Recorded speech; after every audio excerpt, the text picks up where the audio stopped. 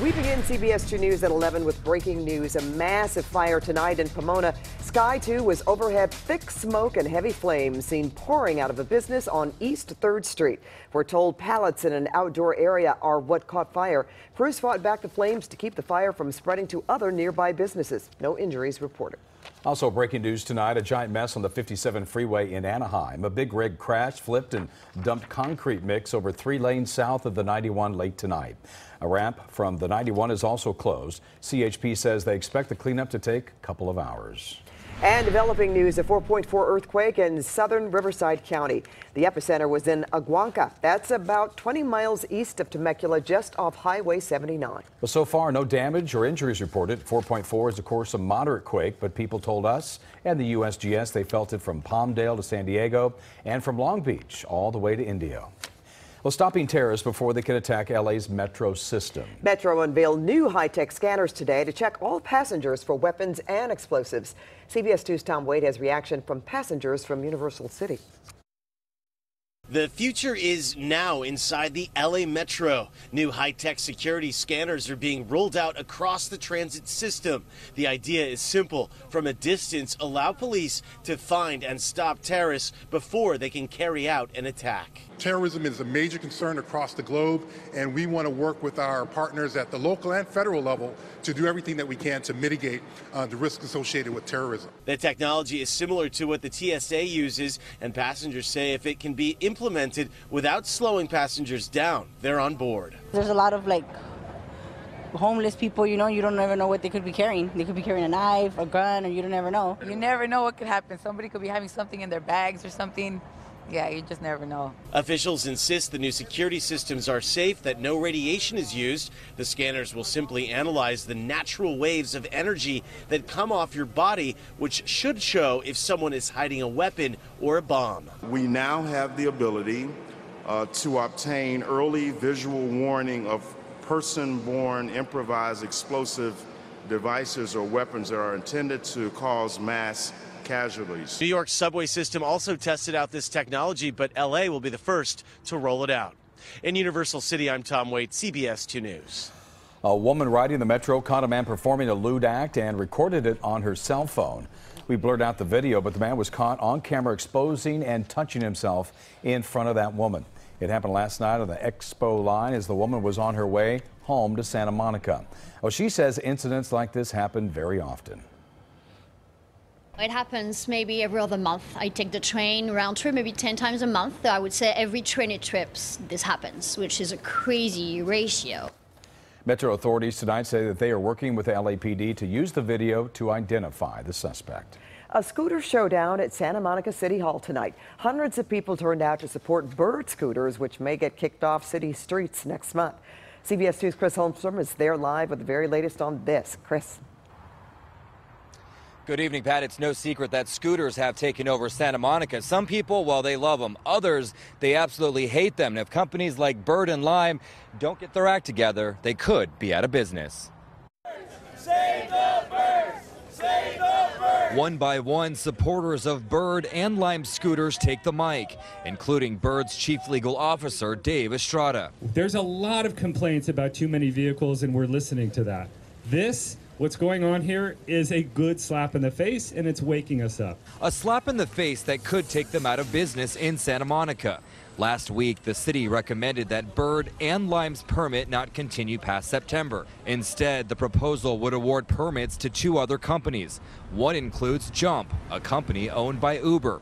The news getting attention from international superstar DJ Cascade. The Santa Monica resident tweeting, "If you live in West LA, help save Bird." Coming to support Bird, and one of my favorite artists who loves Bird as well.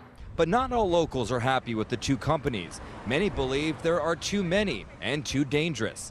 Another concern, getting scooters off the beach path. In fact, just last month, Santa Monica police increased enforcement, something the city is trying to get a handle on. In general, the folks who are riding on the bike path are the least compliant and the least informed in terms of the helmet laws, children not being able to ride, no double riding. Concerns Bird and Lime say they will continue to work on, especially since their future is unknown in this beach town. I think the real issue is controlling the people riding them, which is obviously a difficult issue.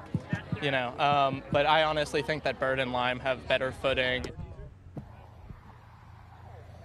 Okay, so what happens next? Well, the city will take public comment until the end of the week. From there, they will make a decision by the end of this month, and only 2 companies will make the cut. Reporting live from Santa Monica, I'm Chris Holmstrom, CBS 2 News. The homeless crisis is now a crime crisis in Costa Mesa. Neighbors say it's out of control, in fact. And today, police shot one homeless man trying to break into a home. One mother tells us that she has had enough and is now moving out. Well, CBS 2 Orange County reporter Stacy Butler is live in Costa Mesa for us tonight. Stacy? Pat and Jeff, detectives here at Costa Mesa Police are not yet identifying the man who was shot. But neighbors tonight told me they know exactly who he is. And tonight they shared their story. They just swarmed him. They just swarmed him right there. I heard what sounded like a firework, and I looked outside the window and I saw 2 police officers running through the side yard and one hopping over the fence. Neighbors recount the terrifying moments after police shot a 49-year-old man they say tried to break into cars and homes around 5 o'clock this morning in Costa Mesa. Police say he jumped this back patio fence. The resident who lives there didn't want to go on camera, but he told me that he heard the suspect just outside a sliding glass door. He thought the guy was going to break in when a neighbor called 911. I started banging on our gate to our trash can, continued to watch them, and then I watched them go into our neighbor's yard or try and get into the patio. I got on the phone, I called the Costa Mesa PD. Joe Killian came running this morning when he heard a gunshot. He says he went to high school with the suspect, who became homeless. Killian says he struggled with drug and alcohol addiction and was in and out of jail. I've tried to help him personally, not once, not twice, numerous times, and all my friends too. So the resources are out there, but you know, like they say, you can't lead a horse to water and make them drink. This mom says she's watched the number of homeless in her once quiet neighborhood skyrocket. And crime, she says, is so bad, she's moving at the end of the month. We have 2 small children, and it's just not a place where we want our kids to be, and for them, you know, to see the people in the neighborhood that are walking up and down the street. Now, police tell me that this man is recovering from 1 gunshot wound. He's in the hospital. He does not have life-threatening injuries. The Orange County District Attorney's Office is now investigating. Jeff and Pat? Thanks, Stacy. Hundreds of Catholic priests accused of abusing thousands of children over several decades. That's what a Pennsylvania grand jury investigation has uncovered. 6 of the state's 8 dioceses were examined. The grand jury report identified 301 priests as predators.